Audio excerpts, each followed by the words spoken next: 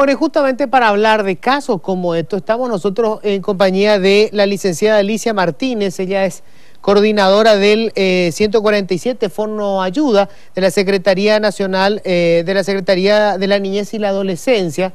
Y bueno, vamos a hablar un poco de este tema. Licenciada Alicia Martínez, gracias por estar con nosotros. A ustedes.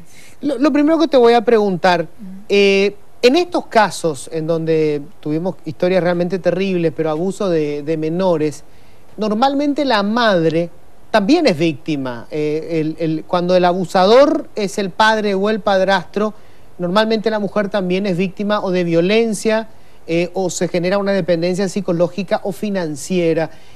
Las personas que hacen denuncias en estos casos casi siempre son vecinos, ¿no? O sea, no son familiares, no es la madre o un familiar directo. No necesariamente.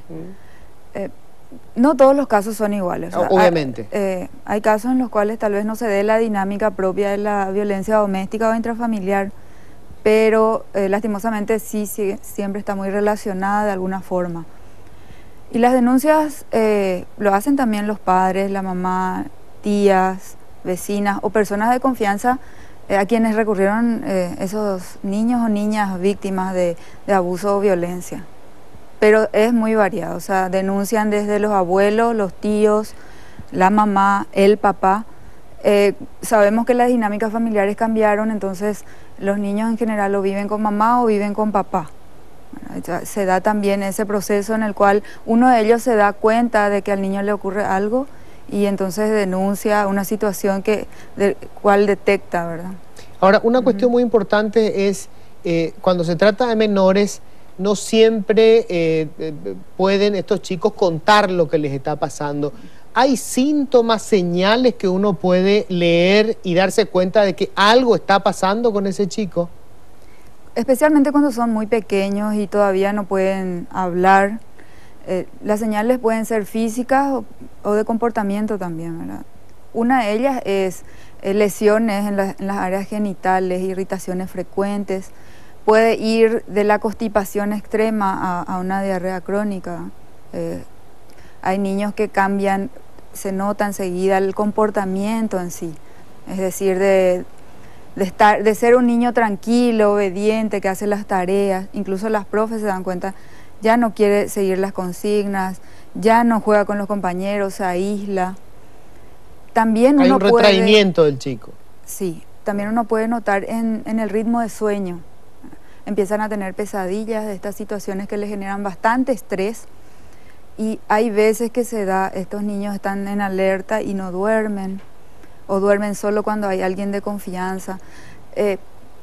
Pero las señales de alerta las vamos a captar si le escuchamos, si le miramos, si les prestamos atención. Así mismo. Si no, puede pasar como que se trata solamente de un chico, digamos, con una conducta difícil. Travieso. Porque es travieso, porque llora, porque tiene unos arranques de llanto sin mayor explicación, pero tenemos que prestarle atención para darnos cuenta de que se trata de algo asintomático, digamos, que no es normal. A veces dejamos a nuestros niños muy pequeños en esta época en que ambos padres se ven obligados a trabajar, cuidado de terceros, y a veces no percibimos rápidamente que tiene alguna lesión, no se pueden sentar, le duele, tiene marcas en el cuerpo. Es muy importante con los niños conocerlos, y para conocer hay que saber cómo son habitualmente para poder reconocer esos cambios bruscos también.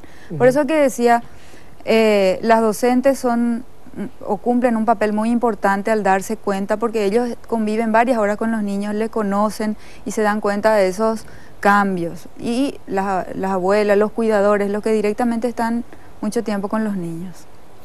Licia, este tipo de casos, ¿son casos aislados, son excepciones o se trata, digamos, de una característica de nuestra contracultura machista, por decirlo así, el abuso del menor y sobre todo estos niños que pueden eventualmente ser las víctimas? No, de ninguna manera es algo normal ni natural. No digo que sea normal ni natural, sino que forme parte de una característica contracultural, porque obviamente es una distorsión tremenda. Mira, ahí tendríamos que tener una mesa con un debate álgido, sociológico, histórico, ¿verdad? De qué es lo que le lleva a una persona a comportarse de esa manera. Las teorías del crimen hablan de cuestiones biológicas, hablan de cuestiones aprendidas, pero claro. no pero hay nada... Pero pongámoslo así. Sí. Son muchos casos, es un caso terrible que forma parte, o sea, es una pandemia, por decirlo así, o son casos aislados. Hay más de lo que nos gustaría que haya. Pero hay una contraparte de que ahora podemos hablar de eso.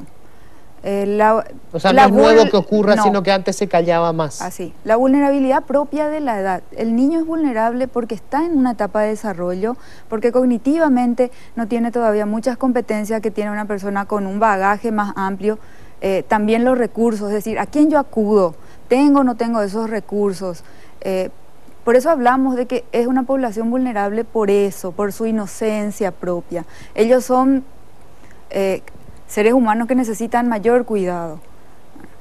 Y es de ahí que partimos, que hay personas, y se cree y se habla de que existe algún problema de salud que les afecta, que hace que sientan esa atracción hacia los niños. Pero se cuestiona bastante si realmente es una atracción que tiene que ver con el placer sexual o con el poder. Como vos decías, no puedo decirte el machismo, no podemos hablar de que esa sea la causa, genera muchos problemas en nuestra sociedad, pero yo creo que el problema principal que tenemos los paraguayos pasa por no denunciar, pasa por no querer meternos, por permitir. A veces vemos y no queremos tener problemas con mi comadre, con mi vecina, claro, con mi amiga, tal vez es mi hermana o alguien muy allegado. Lo peor en toda esta historia es el silencio. Así mismo. El silencio cómplice. Que ese niño siga sufriendo, ese niño, niña o adolescente, ¿verdad?, por no querer involucrarse. Y ellos realmente están indefensos porque la mayoría, en los contextos en los cuales nos movilizamos, no quiere creer, es algo tan choqueante, te golpea que un familiar, alguien que le tiene que cuidar, proteger, claro, al niño le esté haciendo daño. Es como una convicción de que si no hablamos del tema, el problema no existe. Y podría ser, pero es una cuestión que está ahora movilizando más, que nos está sensibilizando como paraguayos a todos, y siempre apelo a esto. El código, la ley 1680 es clarita. El artículo 5 dice, los niños son responsabilidad de todos los adultos, de todos. No solamente, ciertamente el subsidiario es papá, mamá, le sigue posteriormente todas las instancias de protección, pero todos los adultos somos responsables de los niños. Licia Martínez, muchísimas gracias. De nada. Hacemos...